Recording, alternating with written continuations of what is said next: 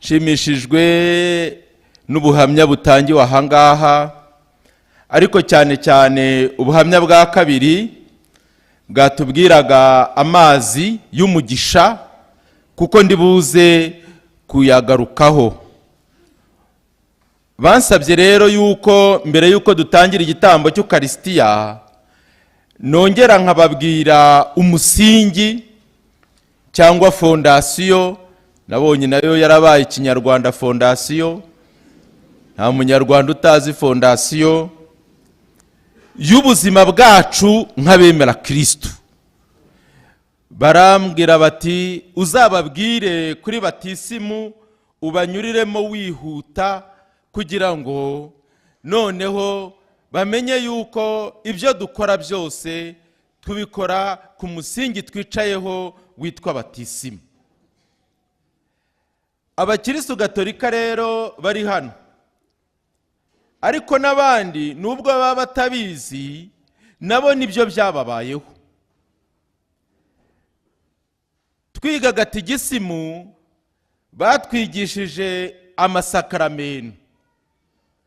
Amasakaramentu batubwiye yuko ari ibimenyetso bitagatifu Kristo akoresha kugira ngo adukize muri Kiliziya. Icyo gitero cya Gatisimu muracyakibuka?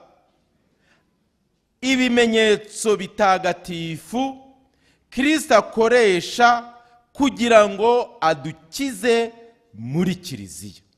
Harimo rero ahangaha ibintu bitatu tugomba kugumana. Icya mbere ni ibimenyetso Kristo akoresha.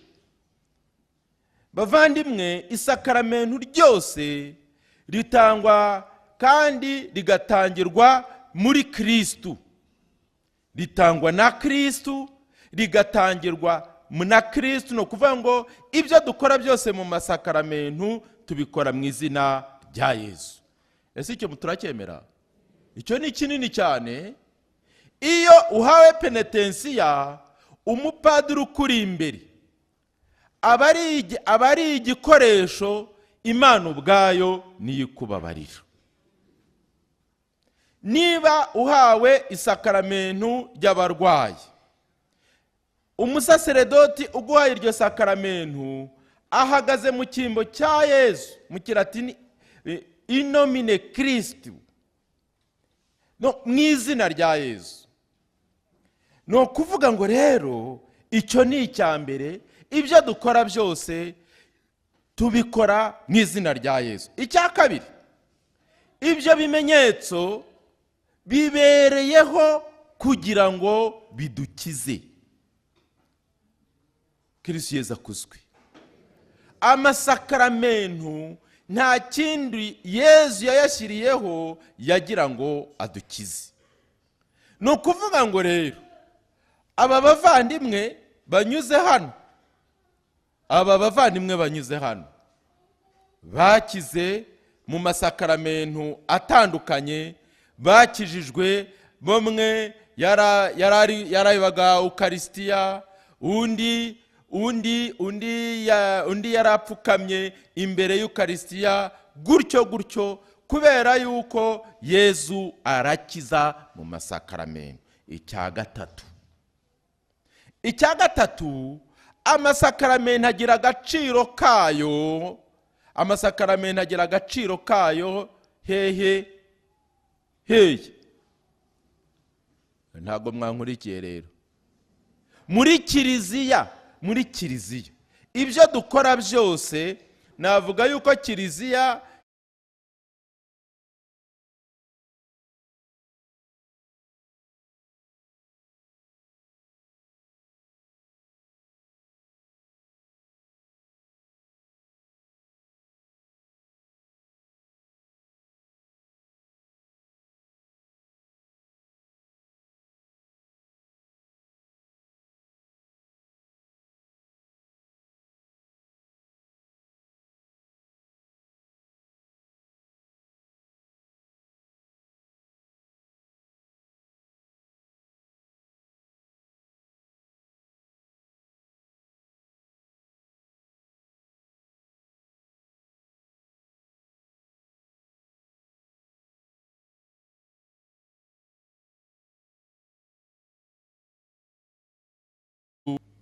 asenya urukuta rw'icyaha cy'inkomoko kugira ngo tuzakure umutima wacu ari uw'Imana, umutima wacu urangamiye Imana. Iyo twakuze hiyongeraho n'ikindi, kubera kuko twakuraga uretse icyaha cy'inkomoko, umuzi w'icyaha dufite muri kamere yacu, hiyongeraho n'ibibi byose tuba twarakoze. Ibyo ngibyo Yesu nabyo arabidukiza.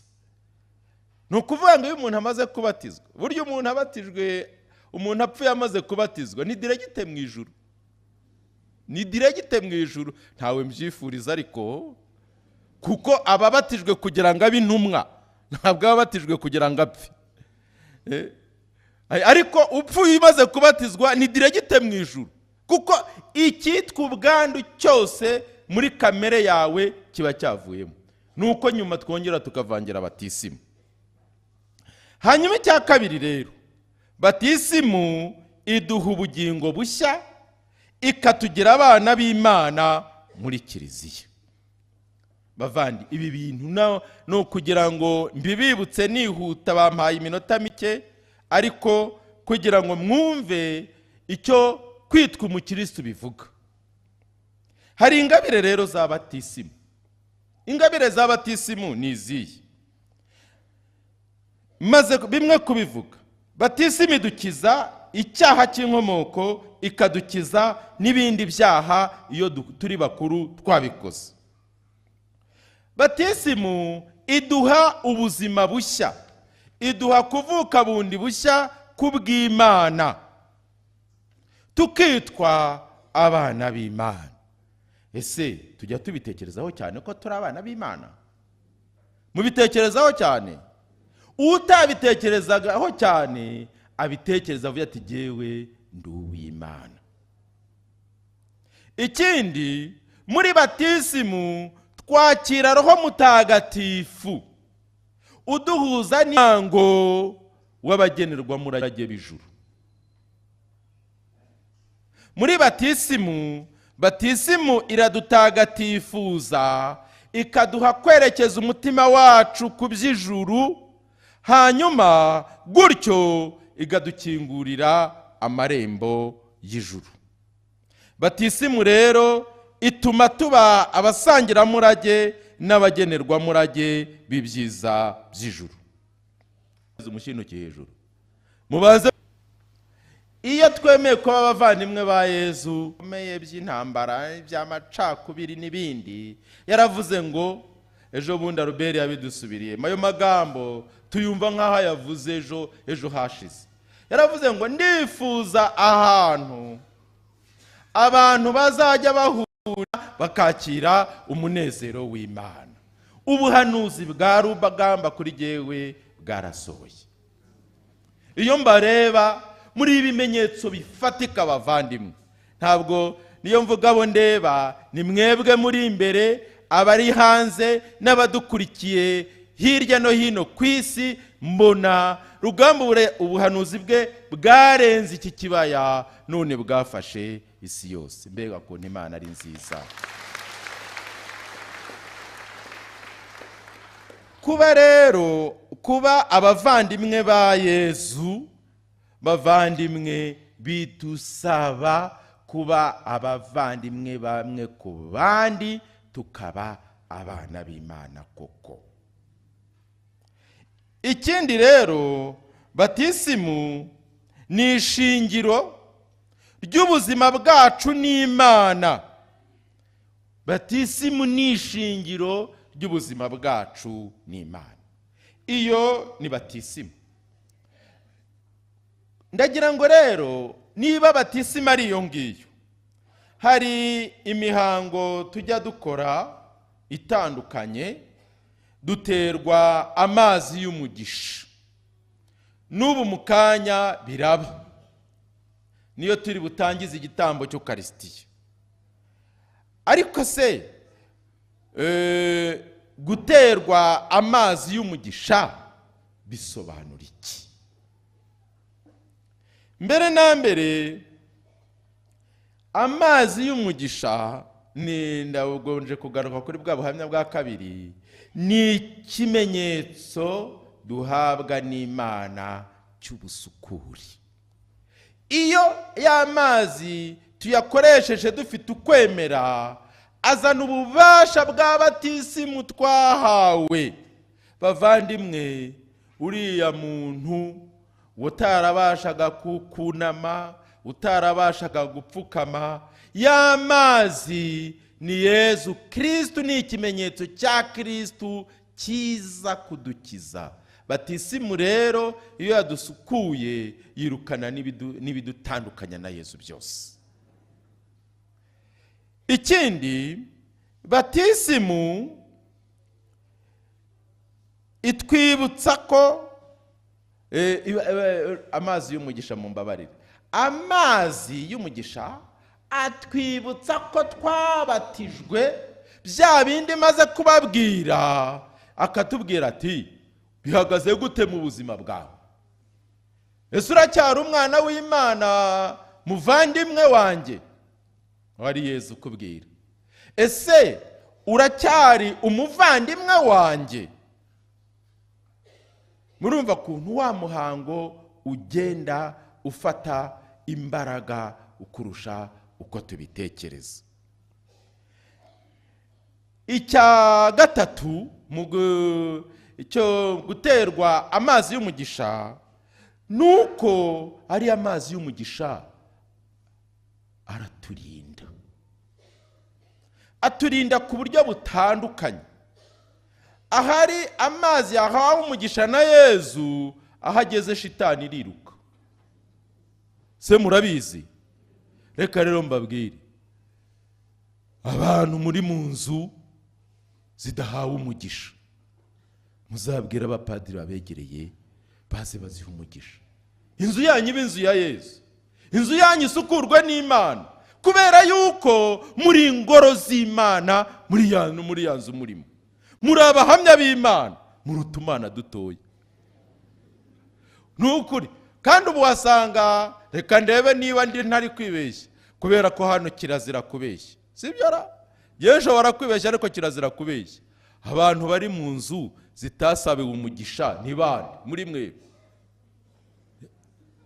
Ko muri benshi yamaye nka Yezu. None se muri mu yahe mwoka byarame? Reka rero mbabwire, ibyo dukora byose,